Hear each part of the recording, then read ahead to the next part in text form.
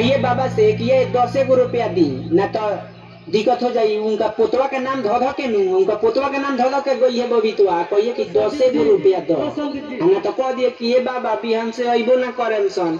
आ उनका पतोहिया से बड़ डलिया चाउर मांग के लियो कहियो जो तरह के जहिया झिझिया डुबाए नु तहिया सेंदूर लिया के दे मर डईनी सौतीन के मांगे कोइला गरी देबो ना ओही है हमारा दुआरी खर हरी देबो ना।